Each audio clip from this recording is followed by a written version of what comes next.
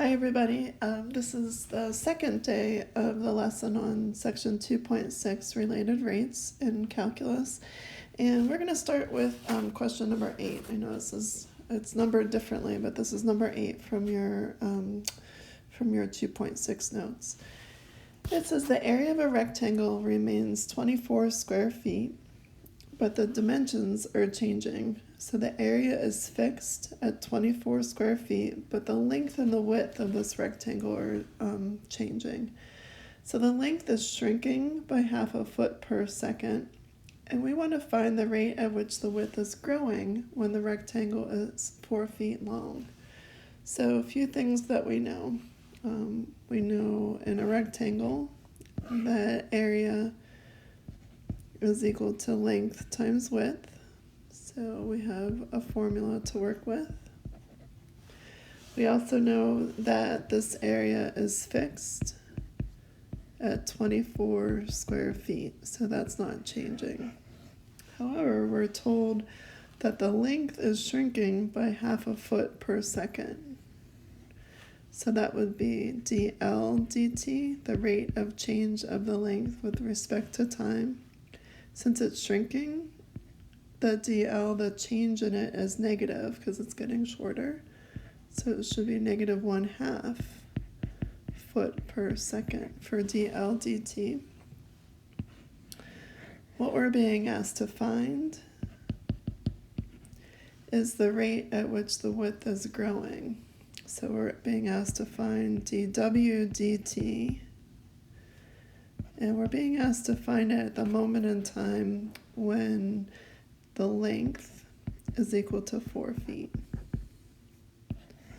So the things that I put in boxes here are the things that we know for sure already. Okay, so when L is equal to 4 feet, the width would have to be equal to 6 feet because our area is fixed at 24, and 4 times 6 would be 24 square feet. Okay, the rate of change of the area with respect to time is equal to 0 because the area is fixed or constant at 24 square feet. Okay, so if we start with our area formula, we're going to take the derivative with respect to time. We need to use the product rule. And every time we take the derivative of a variable, we do so with respect to time. So don't forget about your dt's in here. So it'll be the derivative of the area with respect to time is equal to, well, the derivative of L would become 1 dl dt times w. And we're going to clean that up in a second. Plus, now you keep the length, and we'll take the derivative of w. So it would be dw dt. So when I clean it up a little bit, I have dA dt is equal to w dl dt plus L dw dt. So we want to plug in everything that we know.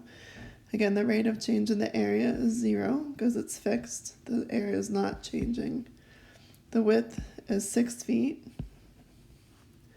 We know dl dt is equal to negative 1/2. The length was 4 feet, and we're solving for dw dt. So just put a circle around that one. That's what we want to solve for. So work towards getting dw dt alone. So 6 times negative 1/2 is negative 3 plus 4 dw dt. Add that 3 to the other side, and we get 3 is equal to 4 dw dt, or dw dt is equal to 3/4, or 0.75. And that width, that change in the width, or the rate of change, it'll be 0.75 feet per second.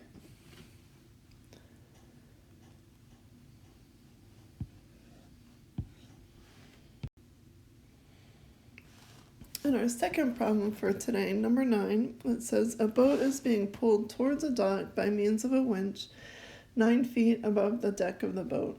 the rope connecting the boat to the winch is being retracted at a rate of 1.5 feet per second. Determine how fast the boat is approaching the dock when it is 8 feet away from the dock. Okay, so we're going to draw a little diagram. So we have a dock, and it's up above the water. We have a boat out on the water. Okay, so simple picture here. All right, so you may have seen a winch on a dock or something similar to this, and I'm not going to be able to draw it very well, but it's basically a crank that connects a rope from the winch to the boat. So this would be our rope. All right, so as you crank that winch, it pulls the rope in. So this rope will be getting shorter.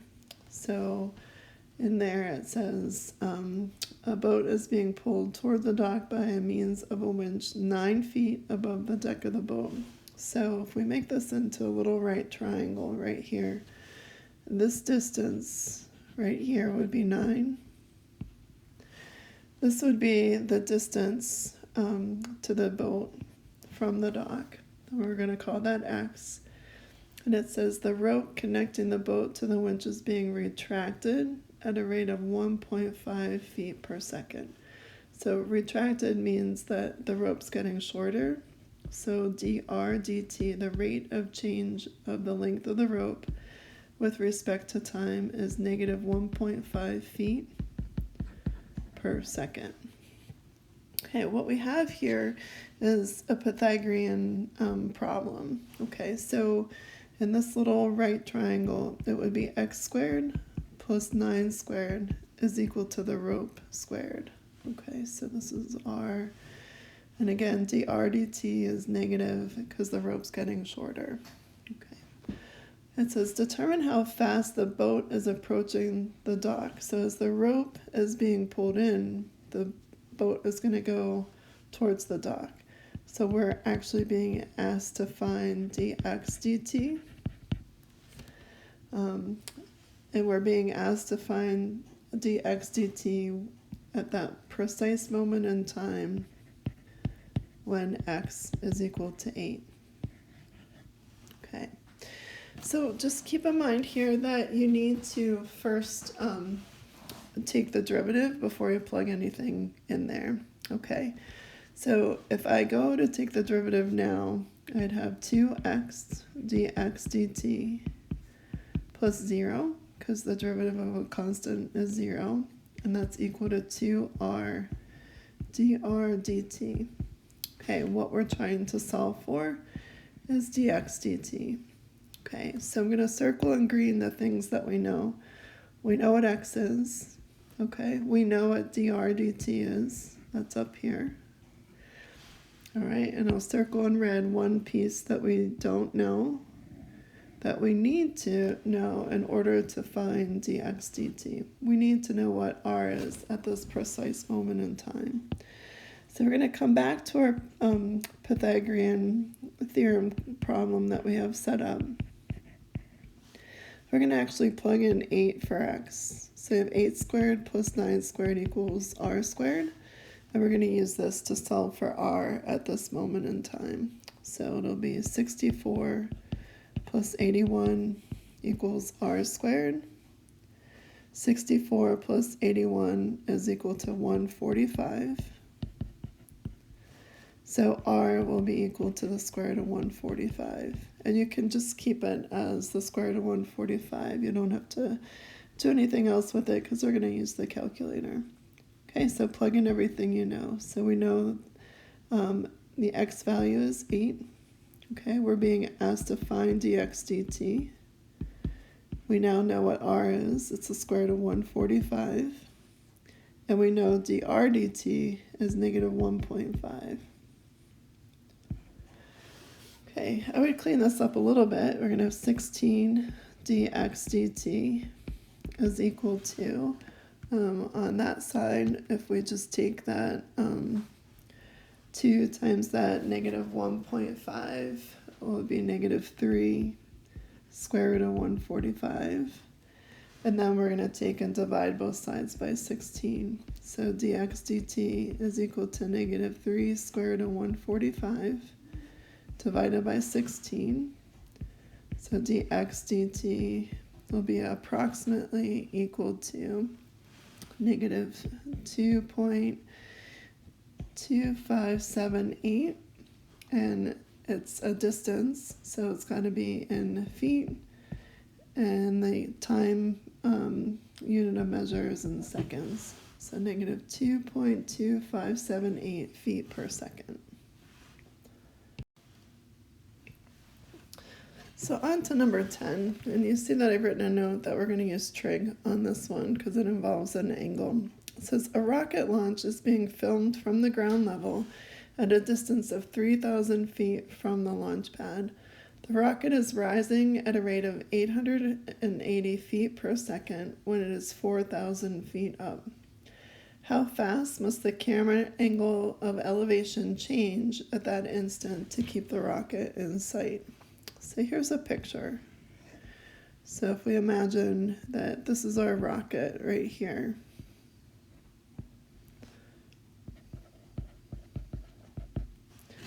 All right, and it's being filmed from a ground level at a distance of 3,000 feet from the launch pad. So the camera is going to be here. Okay, so the rocket is rising at a rate of 880 feet per second. So I'm going to call this side of my triangle y.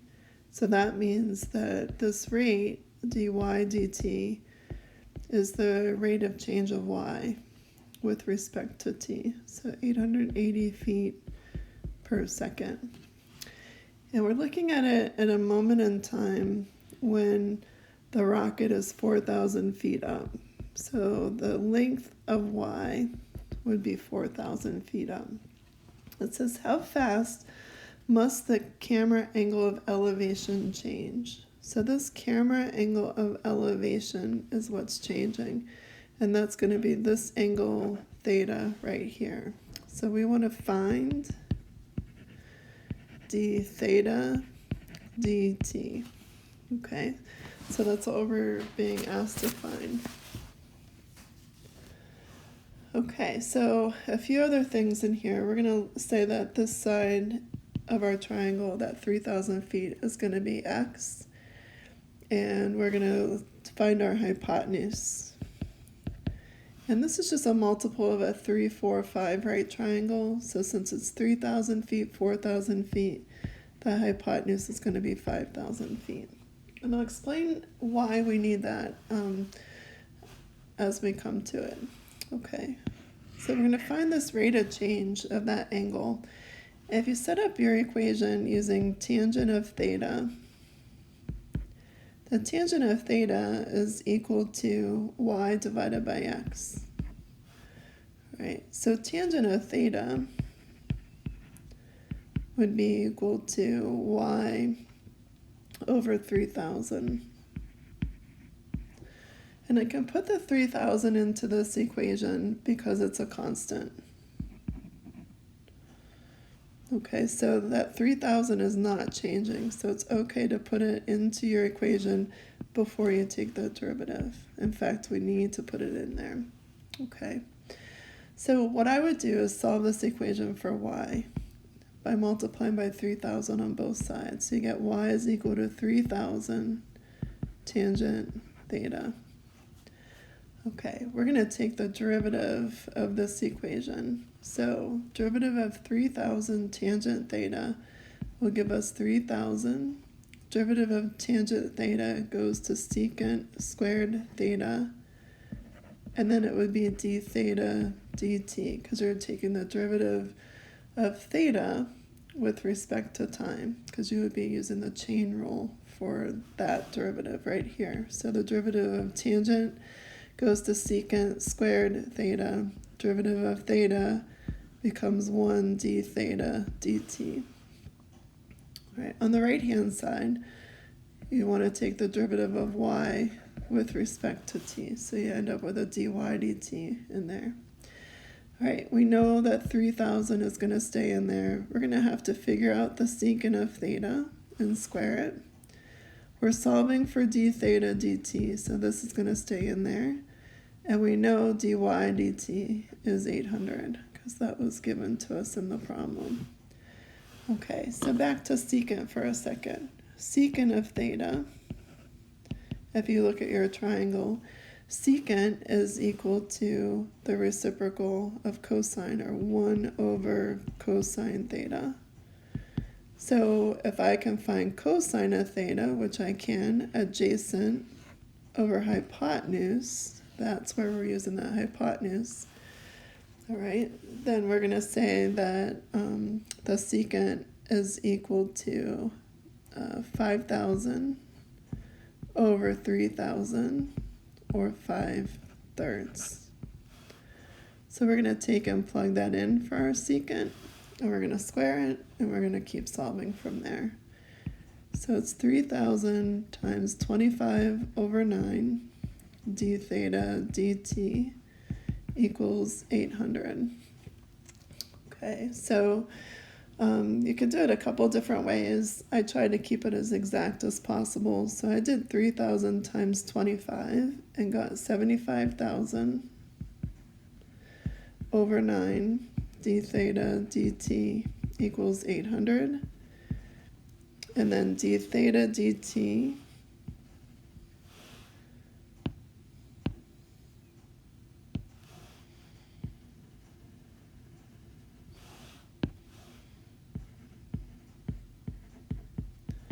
would be equal to 800 times 9 over 75,000. And you could do that part out on your calculator, and it's 0.1056, and it'll be in radians per second, right? The angle theta would be measured in radians.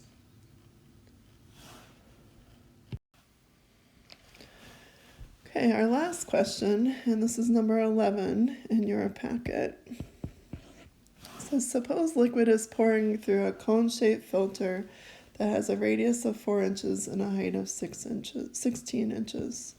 So it's a cone-shaped filter. It's going to be point down, so liquid is coming in this way and then filtering through. Okay, so what we know so far is that the radius is 4 inches and this height was 16 inches. It says if the liquid is flowing out at 2 cubic inches per minute. Okay, how fast is the depth of the liquid changing when the level is 8 inches deep? Okay, so we've got a lot to kind of interpret here. Well, first of all, it says that the liquid is flowing out, so it's going to be negative. The volume is changing, is decreasing, so that rate of change has to be a negative rate of change. So we know that dV dt equals -2 inches cubed per minute. Okay, so we're talking about volume of a cone. The formula for volume of a cone is 1/3 pi r squared h. Okay, so we're given dV dt, okay, and it says how fast is the depth of the liquid changing. We're going to be finding dH dt, and we are also given that the level is 8 inches deep. All right, we need to rewrite this formula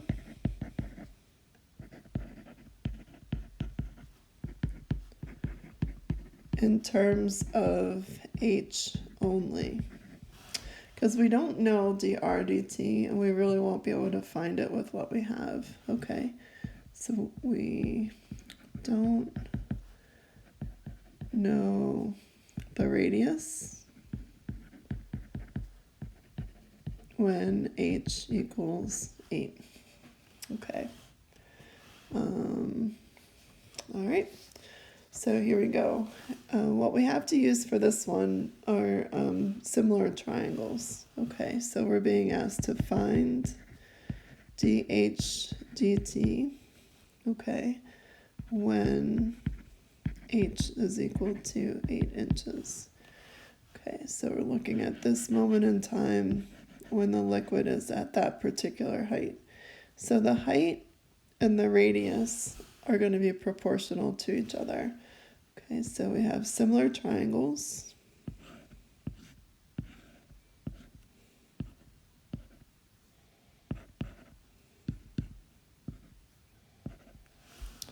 So they're similar triangles because they share this angle at the bottom and they both have a right angle in there.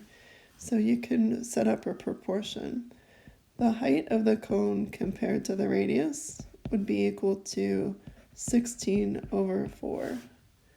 So that would give us, if we cross multiply, 4h is equal to 16r, or r is equal to 1/4 h, or you can write it as h over 4.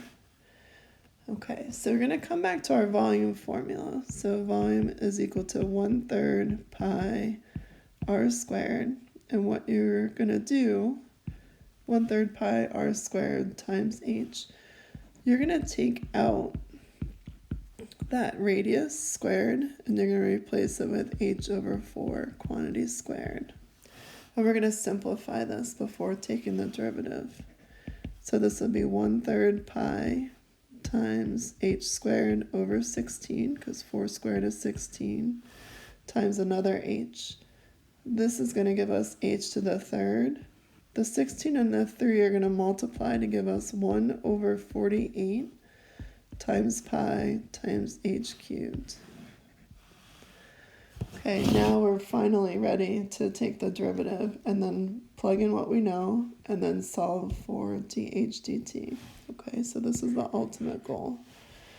All right, so taking that derivative, we'll have dv dt is equal to 1 over 48 times pi times 3 times h squared dh dt.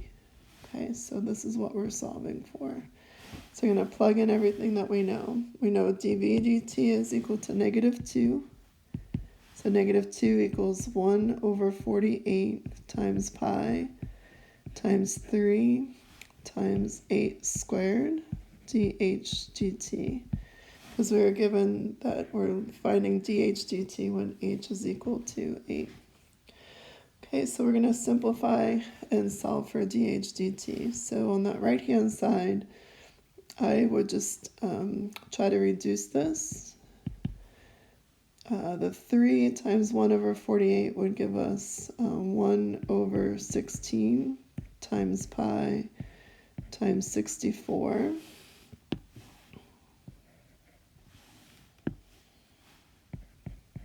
dh dt. I'm taking it in steps, but you can do it all at once if you wanted to. 1 over 16 times that 64 gives me 4 pi dh dt. You can divide both sides by that 4 pi now, and so you end up with dh dt is equal to -2 over 4 pi, or -1 over 2 pi. Just make sure you use parentheses around the 2 pi when you type it into your calculator. All right. So when you divide it out, it works out to be -0.1592, and this is going to be in inches per minute.